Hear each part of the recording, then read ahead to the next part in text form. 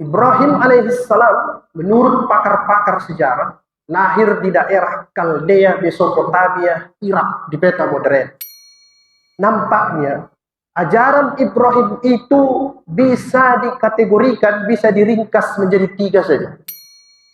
Sekarang mari kita perhatikan kasus-kasus di dunia pendidikan.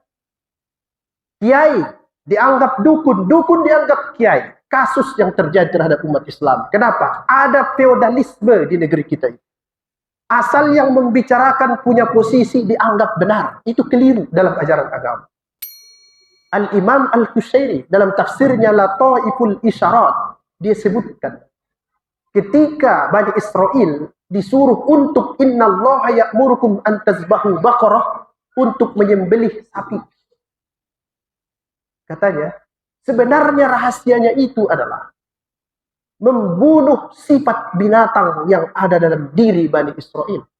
Kalau setelah berkurban berhasil itu dilakukan, yanaluhut taqwa minkum yataqabbalullahu minal muttaqin. Tidak sia-sia kurban Bapak Ibu yang sudah banyak berkurban sampai hari ini. Assalamualaikum warahmatullahi wabarakatuh. Allahu Akbar, Allahu Akbar, Allahu Akbar, Allahu Akbar.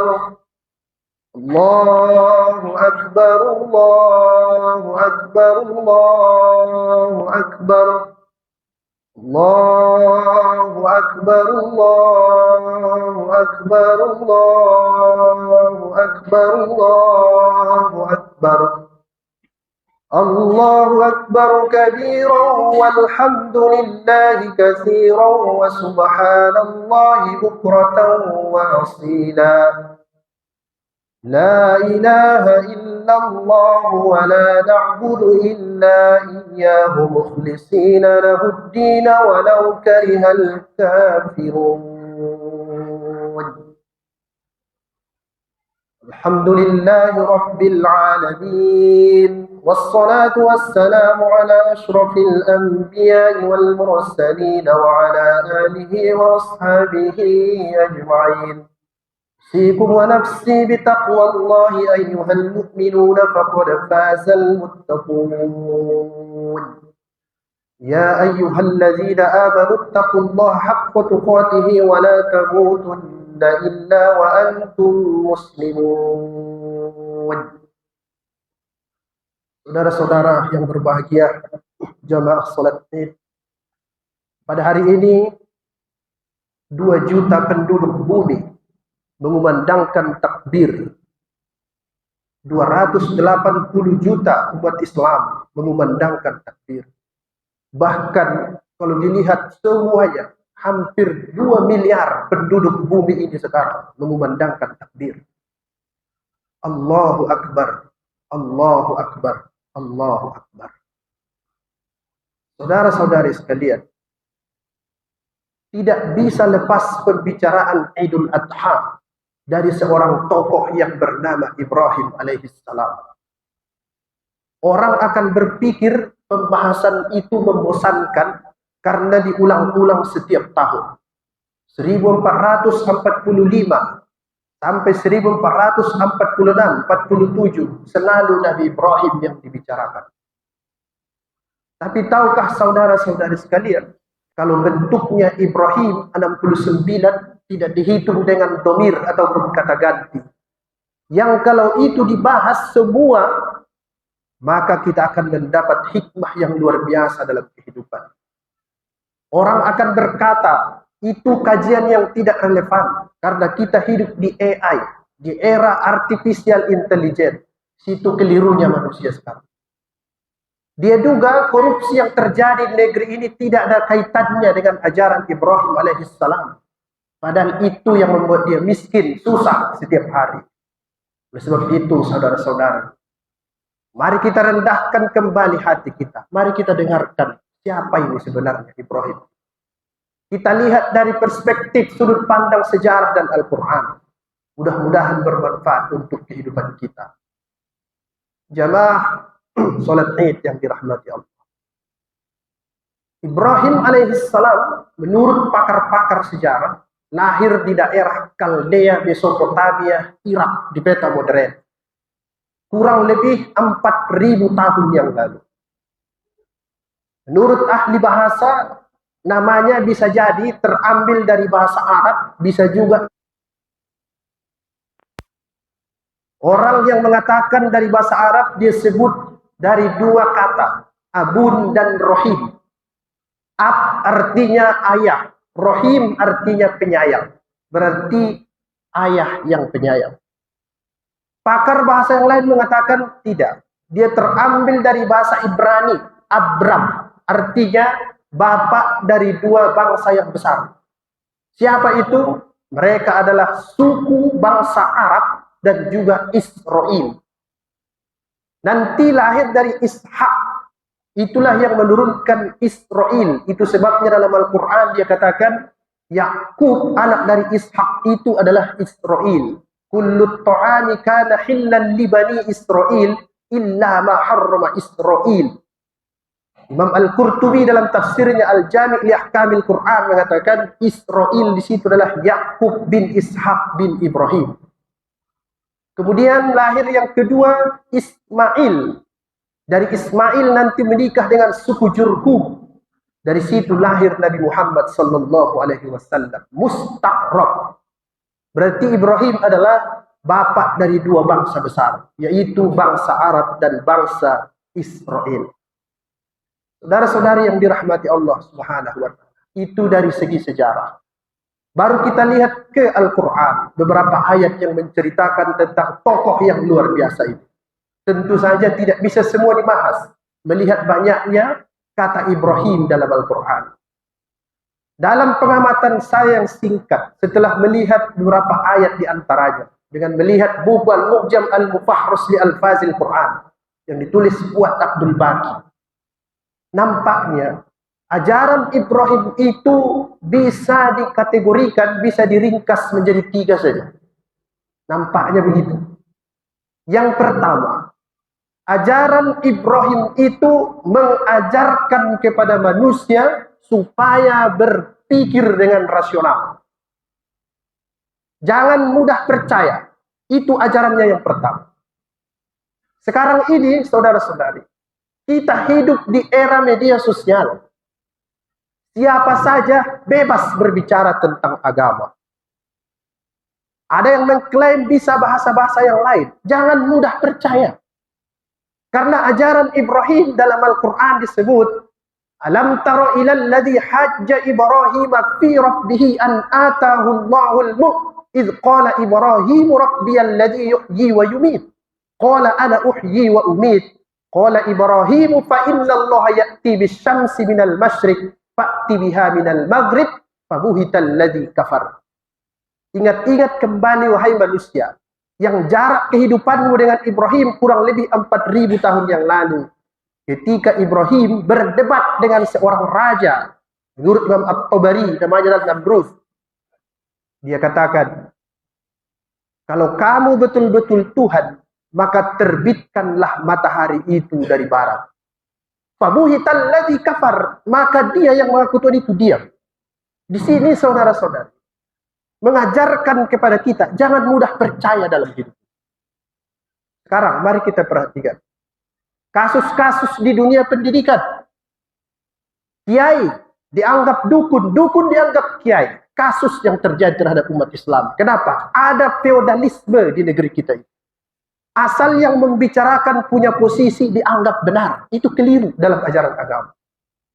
Biarpun dia seorang raja, kalau pendapatnya tidak masuk akal, didebat oleh Ibrahim alaihissalam. Biarpun posisinya tinggi. Kenapa? Ibrahim mengajarkan kepada kita umat Islam melalui Nabi Muhammad SAW, jangan mudah percaya dalam hidup.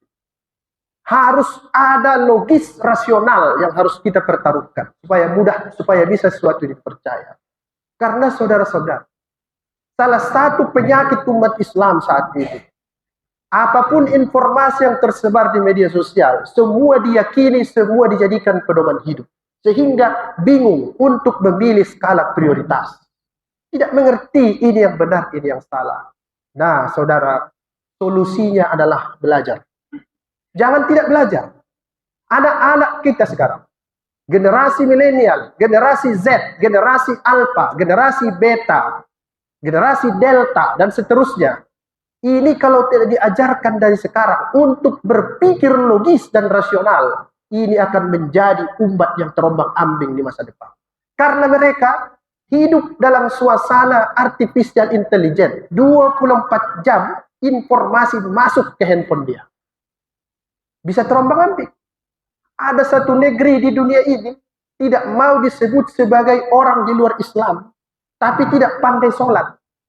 Karena ratusan tahun yang lalu, ketika negeri itu dijajah oleh Uni Soviet yang berkeyakinan komunis, buku-buku Islamnya dibakar. Dan yang terjadi terhadap generasi berikutnya, tidak mau disebut sebagai orang di luar Islam, tapi tidak pandai melaksanakan sholat. Saudara-saudari jamaah yang dirahmati Allah Subhanahu wa Ta'ala, mari kita lihat lanjutannya. Bagaimana Ibrahim mengajarkan berpikir kritis ini. Dalam era sekarang, yang informasi masuk ke tempat tidur kita, bahkan ketika kita sedang tidur, semuanya masuk ke dalam pikiran kita. Ada dialog, dia sebutkan begitu. Siapa yang melakukan pembunuhan terhadap tuan-tuan kita ini? Baru dia katakan, qalu sami'na fatan yadhkuruhum yuqalu lahu Ibrahim. Yang membunuhnya itu adalah Ibrahim. Qalu fa'tu bihi ala a'yunin nasi la'allahum yashhadun. Kalau begitu datangkan dia ke sini. Biar kita tanya dia, biar disaksikan orang kalau betul dia mengkampak membunuh Tuhan-Tuhan. Baru dia katakan di ujung-ujung cerita itu,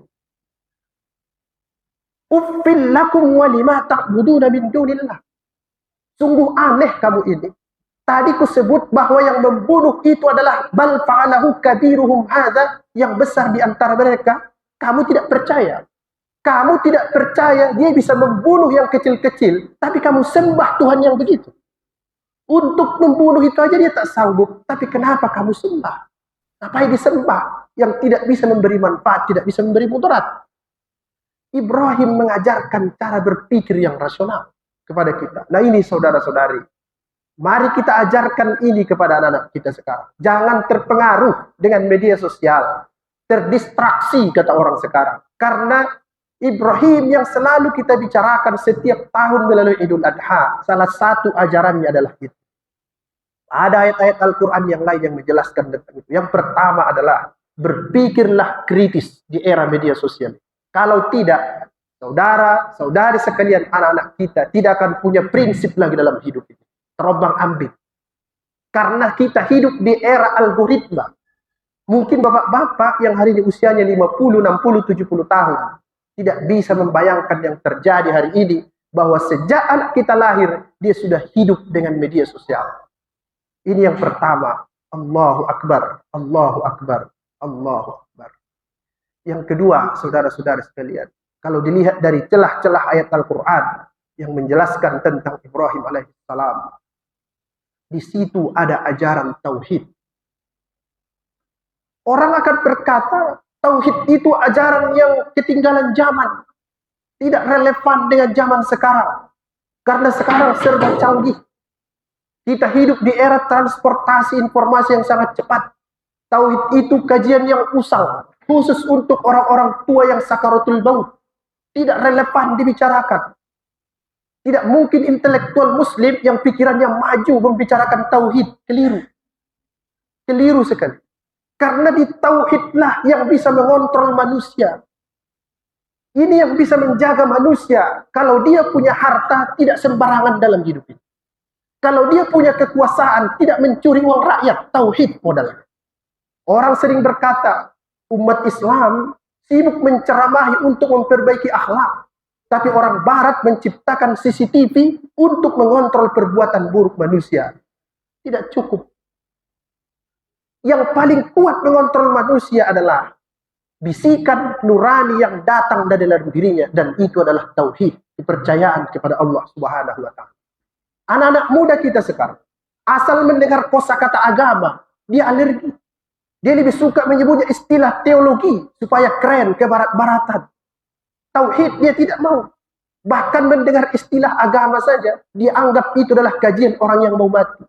Tahukah saudara-saudara sekalian, bahwa di dalam tauhid itulah manusia ini menemukan jati dirinya.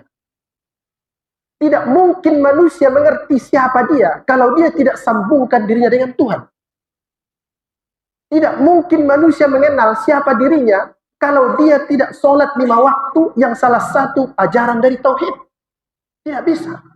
Dia akan hidup seperti robot. Setiap hari dia berangkat bekerja, kemudian pulang malam. Disebut dalam Al-Quran, wa huwa alladzi yatawaffakum bil-laili wa ya'lamu ma jarahtum bin-nahar. Tsumma yab'atsukum fihi liyuqda ajalun musamma. Tuhan itu sebenarnya yang mewafatkanmu di malam hari. Wa ya'lamu ma jarahtum bin-nahar. Dia bangunkan kamu di siang hari. Kemudian dia lanjutkan lagi, supaya sampai umurmu kepada ujung yang telah ditetapkannya. Supaya sampai kamu ke situ. Tapi kalau kamu tidak paham bahwa sumber dirimu adalah faida sawaituhu wa nafakhtu fihi birruhi faq'u lahu sajidin. Dirimu yang bisa berbicara itu sebenarnya ruhnya bersumber dari Allah Subhanahu wa taala. Kamu anggap hidup ini hanya rutinitas. Kamu tidak tahu suatu saat bahwa inna lillahi wa inna ilaihi raji'un. Kamu pasti kembali kepada Tuhan. Qul innal mauta alladzi tafirruna minhu fa innahu mulaqikum tsumma turadduna ila alimil ghaibi wasyahadah. Dengan tauhid kepercayaan kepada Tuhan, kamu akan tahu bahwa kematian yang setiap hari kamu lari dari dia, fa innahu mulaqikum, dia akan datang menjumpai. Allahu akbar, Allahu akbar, Allahu akbar, walillahil hamd. Saudara jamaah salat Id yang berbahagia, mari kita lihat lebih jauh kenapa ini penting dalam kehidupan. Manusia secara naluri punya rasa cemas. Setinggi apapun jabatan kita, ada rasa cemas dalam hidup kita. Sebanyak apapun uang kita, ada rasa cemas dalam kehidupan kita. Bahkan semakin tinggi posisi kita di masyarakat, kecemasan semakin banyak. Tidak ada yang bisa menyelesaikan itu kecuali kembali kepada Allah Subhanahu wa taala. Sekarang mari kita lihat, khususnya di Kota Medan. Orang mau mencari jalan pintas untuk mendapatkan ketenangan. Dia rampok kereta orang di pinggir jalan. Dia curi besi di mana-mana. Karena dia tidak tahu tempat kembali. Dia kira di sana dia mendapatkan kebahagiaan. Tapi yang dia dapatkan hanyalah kesenangan. Kebahagiaan itu dari batinmu datang keluar kalau kesenangan yang kamu ciptakan dan sifatnya hanya sementara. Dan yang bisa mendatangkan itu adalah tauhid, kepercayaan kepada Allah Subhanahu wa taala. Hari ini saudara-saudara, ada puluhan daging sapi, daging lembu yang mau kita sembelih hari ini. Kalau tidak pakai tauhid, itu akan jadi masalah. Itu akan jadi masalah. Kalau dia berharap bahwa dengan itu dia mempunyai posisi sosial, dia pasti gelisah mulai dari semalam sampai besok dan seterusnya. Yang benar adalah inna solati wa nusuki wa mahyaya wa mamati lillahi rabbil alamin. Salatku, ibadahku, nusuk kata Imam Al-Qurtubi, sembelihanku, wa mahyaya, hidupku, wa mamati, matiku, lillahi rabbil alamin. Kuserahkan semuanya kepada Allah Subhanahu wa taala. Kita ini sekarang hidup di era dikte-dikte sosial. Kemanapun kita melangkah dalam hidup ini, ada saja yang mempengaruhi kita. Ada orang mengatakan, khususnya di daerah kita di Kota Medan, kalau dia baik kepada saya akan baik kepada dia. Kalau dia jahat kepada saya akan jahat kepada dia. Ini saudara-saudari, kalau diikuti hidup makin susah dalam menghadapi kehidupan. Karena bayangkan, kalau setiap hari kita dipengaruhi oleh orang di lingkungan kita, berapa ratus ribu manusia yang harus kita sesuaikan diri kita dengan dia. Itu yang membuat susah. Tapi seandainya saudara-saudari berbuat baik kepada tetangga, kemudian tetangga bertanya, kenapa kau berbuat baik kepadaku? Jawabannya, saya berbuat seperti ini tidak ada kaitannya denganmu, tapi Tuhan yang menyuruh saya berbuat seperti ini. Selesai dalam menghadapi hidup. Itu tauhid, meringankan kehidupan, meringankan beban pikiran kalau dipahami dengan benar. Sekarang ini banyak manusia stres, tidak tahu arah muara hidup kemana. Sekali lagi, melalui Idul Adha ini, inna solati wa nusuki wa mahyaya wa mamati lillahi rabbil alamin. Ini yang kedua, saudara-saudara sekalian. Allahu akbar, Allahu akbar, Allahu akbar. Yang ketiga, setelah meneliti ayat-ayat Al-Quran tentang Ibrahim, ada istilah kurban. Mari kita lihat secara filosofis, supaya tidak mengulang-ulang apa yang disampaikan oleh para da'i, para ustadz kita. Apa sebenarnya rahasianya? Kita hanya melihat, kita menyembelih leher hewan.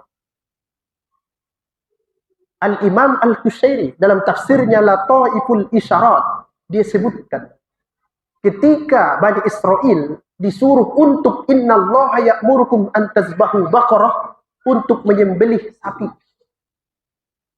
Katanya, sebenarnya rahasianya itu adalah membunuh sifat binatang yang ada dalam diri Bani Israel.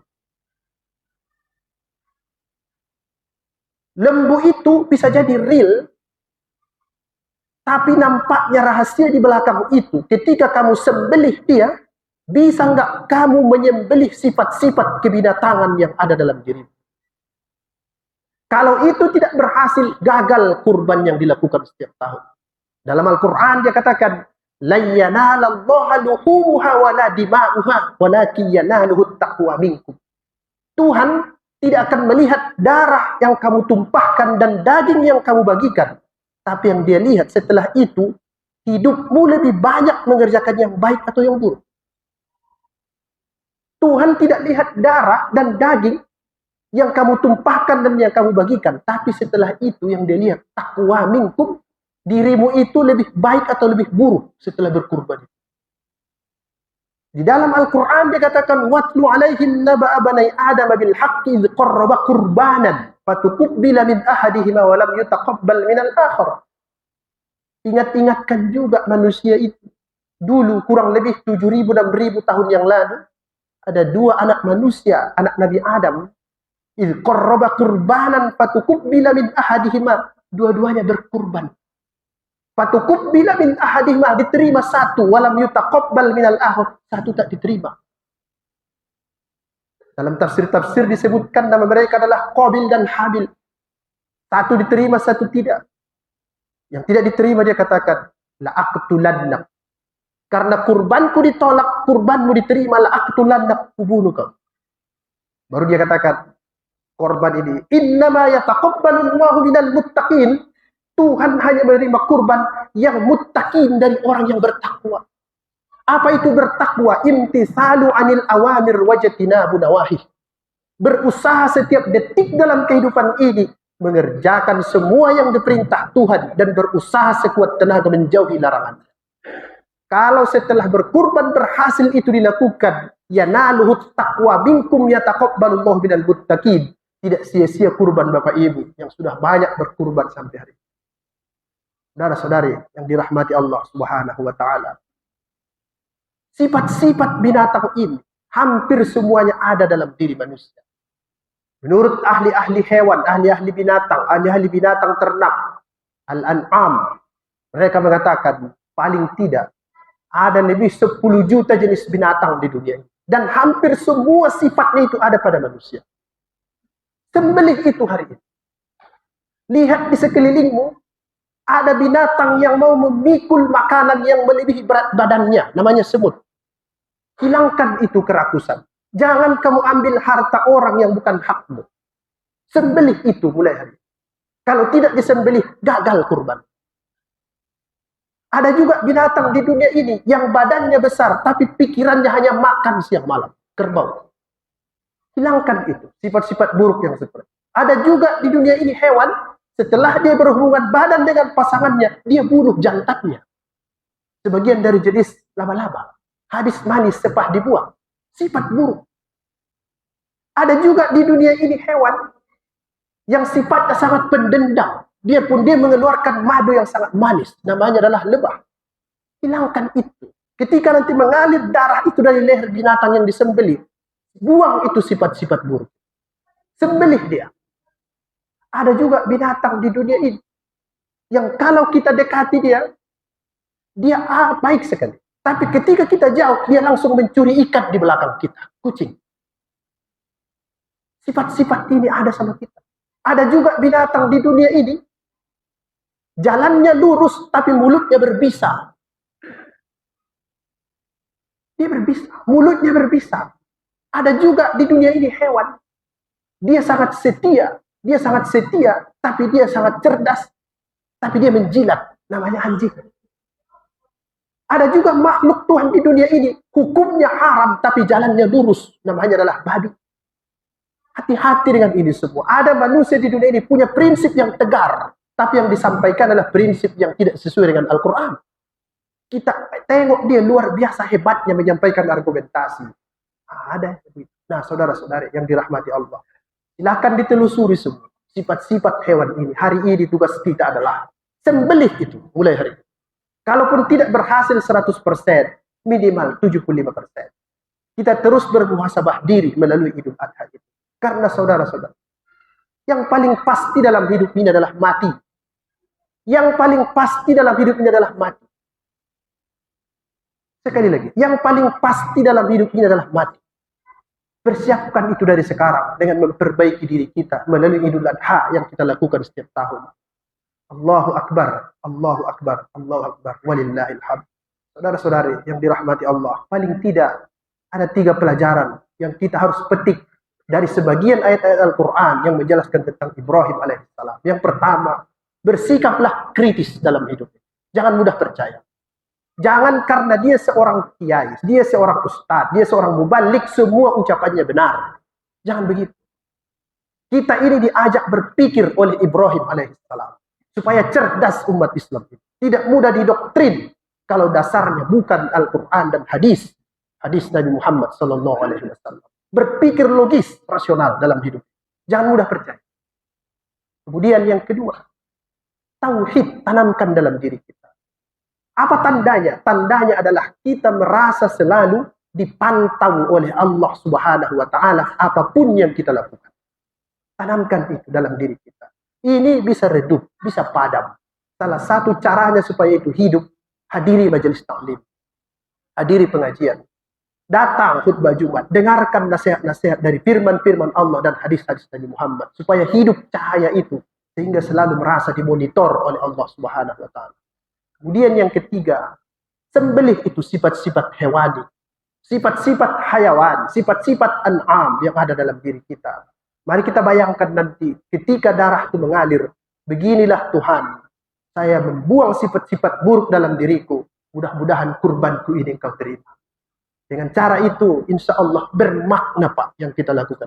Tidak menjadi ritual, tidak hanya mencari fakta dan data, tapi mencari makna dalam kehidupan. Barakallah li wa lakum fil Qur'anil azim wa nafa'ani wa iyyakum bima fihi minal ayati wa dzikril hakim. Fa'tabiru ya ulil absar. Fa'tabiru ya ulil absar.